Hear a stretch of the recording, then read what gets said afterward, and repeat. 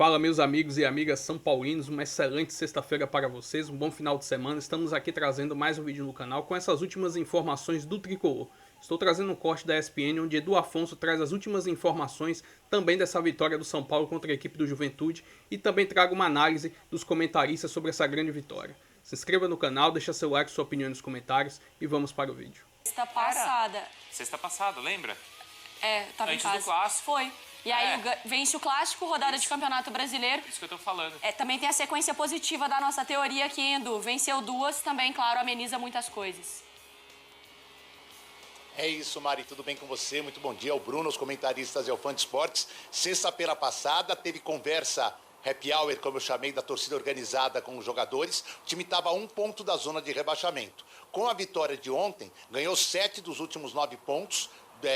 4 deles fora de casa contra Bragantino e Juventude e agora abriu 5 pontos do Santos. É verdade que o São Paulo é um dos 5 times que já tem 16 jogos. Tem muita gente com 15 jogos e até com 14 jogos. Mas com 16 jogos chegou a 19 pontos e agora já começa na zona de classificação para a Sul-Americana a pensar em voos mais altos no Campeonato Brasileiro, que era o primeiro grande objetivo após a chegada do Crespo. Bem, se teve 4 dias de preparação para ir ao sul do país e vencer o Juventude, agora é tudo muito corrido. São Paulo saiu ontem de lá, no final da noite, chegou aqui em Cumbica, 1 da manhã, no CT às 2, jogadores descansaram aqui no CT, os que jogaram mais de 45 minutos já fizeram um regenerativo e foram liberados. Os demais vão treinar sob o comando da comissão técnica. Domingo já tem o Fluminense no Morumbi, e aí é um jogo também muito importante para que o São Paulo estabeleça essa recuperação no Campeonato Brasileiro e passe a ter um pouco mais de gordura quando chegarem as Copas. E uma delas já chega a semana que vem, jogo contra o Atlético Paranaense no Morumbi, oitavas da Copa do Brasil. Sobre o time, o Alan Franco é aquele que deve voltar, foi preservado ontem, não tem nenhuma chance dos machucados. Lucas Moura, Oscar, Caleri, Luiz Gustavo, ninguém volta no final de semana. O Luciano chegou a 97 gols, o segundo jogador mais longevo do grupo está a 3 gols de uma marca centenária e tem sido o grande destaque da equipe do São Paulo neste momento. E claro, ainda a diretoria, apesar da recuperação, está monitorando o mercado. Segue atrás de um lateral direito, segue atrás de um zagueiro destro e segue atrás principalmente agora de um meia. É o que tem faltado ao São Paulo. O Rodriguinho até está entrando, mas não é aquele jogador que a torcida sonha como meia para a ausência do Oscar. Então a diretoria trabalha fora de campo e o São Paulo recupera-se dentro de campo com o Hernan Crespo e tem o Fluminense no final de semana. Duelo de tricolores, então, no final de semana. Aí é o Flu que tá na sequência ruim que precisa... As coisas viram sábio, né? O Coritiba, Novo Horizontino, aliás, Goiás, Coritiba e Novo Horizontino um pouquinho mais à frente, mas muito longe de alguma definição. Até uma proximidade da pontuação do rebaixamento, ali pro 12º, 11º. E o Furacão? Série B bem achatada. A torcida quer ver o Furacão Meio de de novo tabela. na Série A. Meio de tabela. Vai ter que complicado, ter um né? segundo turno com aproveitamento muito melhor para subir. Tem que fazer um outro campeonato. E onde você assiste Série B? ESPN and Disney Plus. Ah, é em inglês? Às vezes, né? Caramba, ele tá demais, Mas né? é mais caro, né, Bel? Isso é Rafael Prats, né? Você viu? Vamos ouvir, já estão aqui os escudos maravilhosos do Juventude e do São Paulo. Como o Eugênio sempre diz, e ele tem razão, o Juventude é muito forte em Caxias do Sul, mas o tricolor do Morumbis é o tricolor do Morumbis. Aliás, Abel, deixa eu trazer um dado, já que você gosta muito quando a gente fala nesses assuntos, adora. né? Já sei o que você vai falar. Que nessa rodada, 16ª, nenhum mandante ganhou. É verdade. Isso você já sabia. O que eu vou trazer para você é que, pela primeira vez, nesse campeonato, tem uma rodada sem vitória de mandante. Boa. Raríssimo. Mas não foram todos os jogos, foram 7 jogos. Faltaram 3. Exatamente. Você sabe tudo o que eu vou falar. E que na rodada anterior do final de semana, só teve uma vitória de visitante. Veja só que curioso. Ele tá puxando rodada anterior, tá desesperado, Eugênio. Não tô desesperado. Não, Tô trazendo informação, Abel. Não briga com os fatos. Para você ver como essa rodada foi fora do padrão, né? Foi mesmo. Ela é a primeira em todo o campeonato em que você não teve vitória de mandante. E não acabou ainda, tem 3 jogos. Tem 3 jogos que você disputaram, Deus sabe quando. Mas sabe o que eu tô sentindo falta? Em que a rodada anterior teve só uma vitória de visitante, que foi no sufoco, a vitória do Botafogo sobre o E Sport. o que isso quer dizer? 1-0. E depois disso tudo... E que no campeonato como um todo, são 71 vitórias de mandantes contra 36 de visitantes. Sabe o que eu tô sentindo falta? O dobro. Sabe o que eu tô sentindo falta? O caderninho. Pô, hoje não veio o caderninho? Não, Veio- hoje tá Tá só aqui no celular? informação no celular. Você mudou? Você não usa mais papel, caderninho, bloquinho? 71 vitórias de mandantes, Agora tu É, quer... modernoso. 36 visitantes e 40 empates. Ah. Mas em Caxias do Sul deu tricolor. E nós vamos ouvir o Hernan Crespo agora 147 jogos disputados no até agora no Brasil. F360. Vamos ouvir Hernan Crespo, certo? Vamos? E traga o bloquinho de Mudou. novo. Chegou, mudou. Ah, é? É, não foi? Ah, então vamos lá, Hernan Crespo. Sí, as mudanças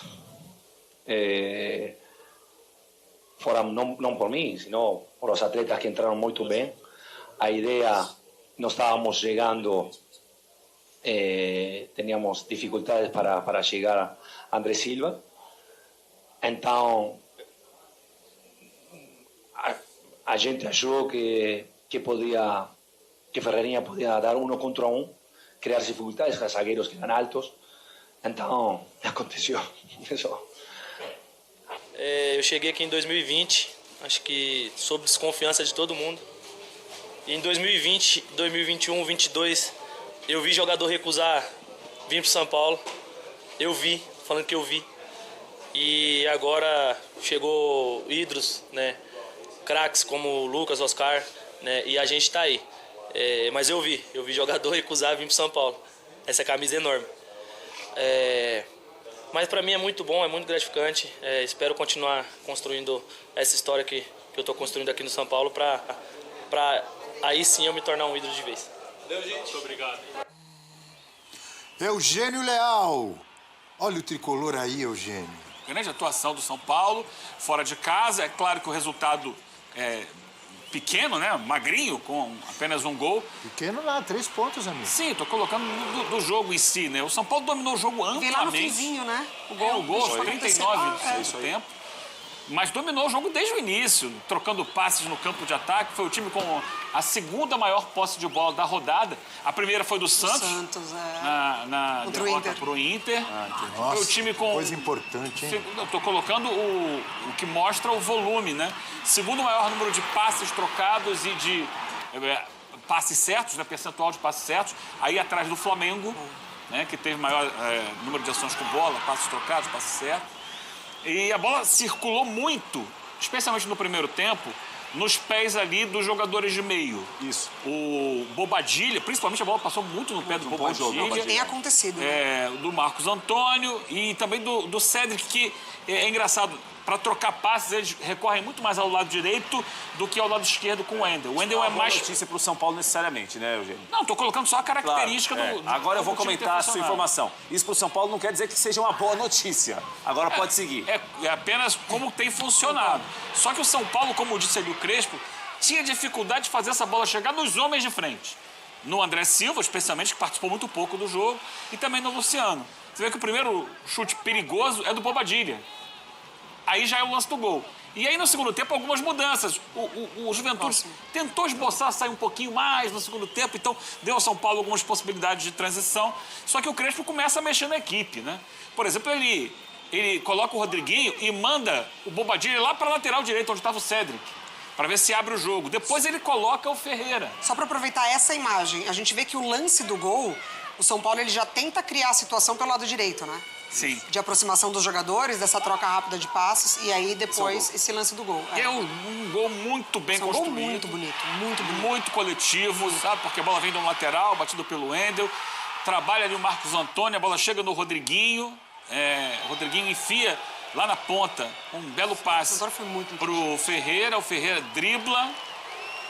O drible é fundamental no futebol. É mesmo? Por quê, Eugênio? Porque com o drible você desmonta a defesa. Olha. O 1 contra 1, como disse É o fator ali o Crespo, novo do jogo, 1 contra 1, o X1, que tem alguns que falam X1. O que é isso daí? É o 1 contra 1 ali, você vai pro, Você não é do videogame? pro mano a mano, pra individualidade. Você não é do pro videogame? drible. É um botão E- do videogame, do drible, X1.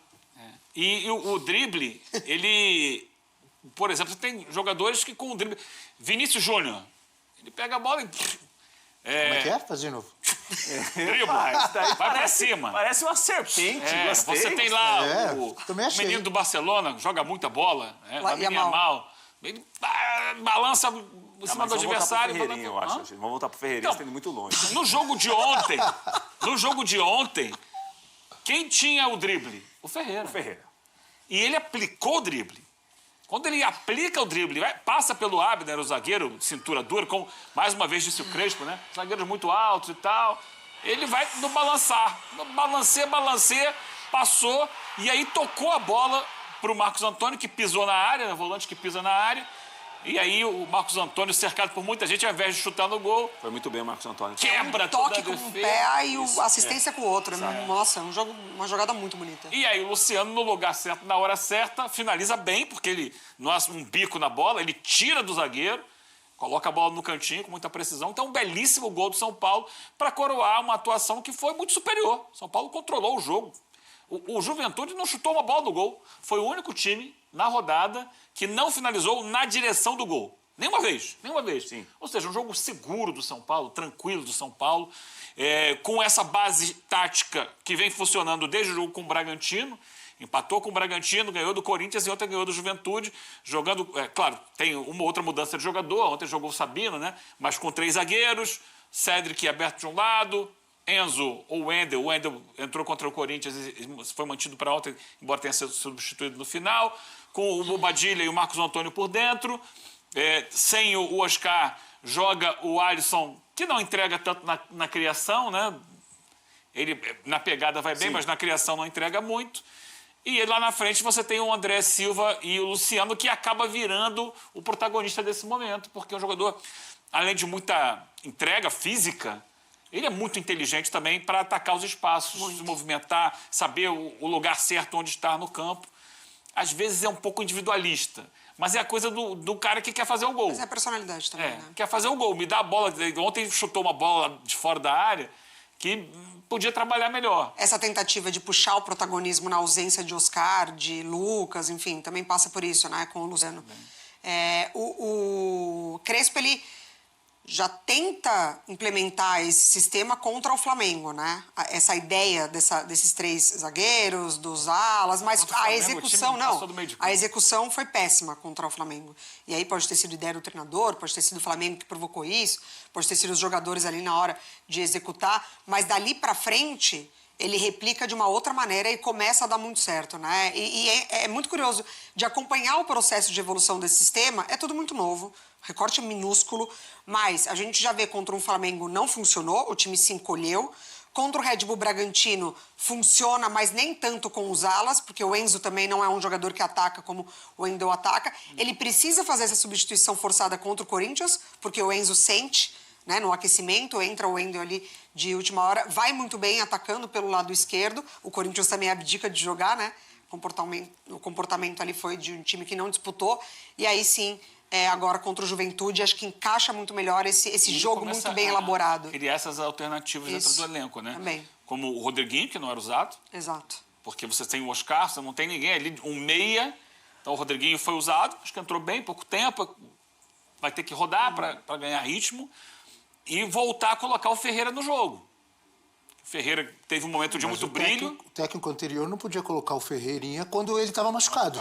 Sim. Ué, porque, desculpa, não, e do jeito que a gente está falando, parece que o técnico... Mas ele está reinserindo dentro de um contexto, porque na formação básica que ele está usando, não tem espaço para o Ferreirinha.